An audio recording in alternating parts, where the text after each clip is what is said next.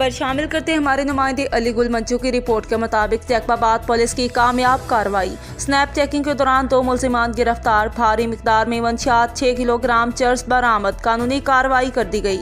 SSP Jacobabad जनाब smile रियाज मलिक साहब के सख्त अहकामात बराए मंशियात की रोकथाम को मद्देनजर रखते हुए थाना सदर पुलिस की कामयाब कार्रवाई। खुफिया इत्तला पर स्नैप चेकिंग के दौरान 2 मुलजिमान, एक सदूर वल्द अल्लाह रखियो मुगेरी सकना गाँव, हजूर बख्श मुगेरी, 2 नसरुल्लाह वल्द आदम रिंद सकना गाँव, जाम खान कटोहर तालुका जिला खैरपुर को चेलानी टाउन के करीब से गिरफ्तार कर लिया गया। मुलजिमान के कब्जे से भारी मिकदार में मंशियात 6 किलोग्राम चर्स बरामद, कानूनी कार्रवाई कर दी गई। तर्जुमान पुलिस।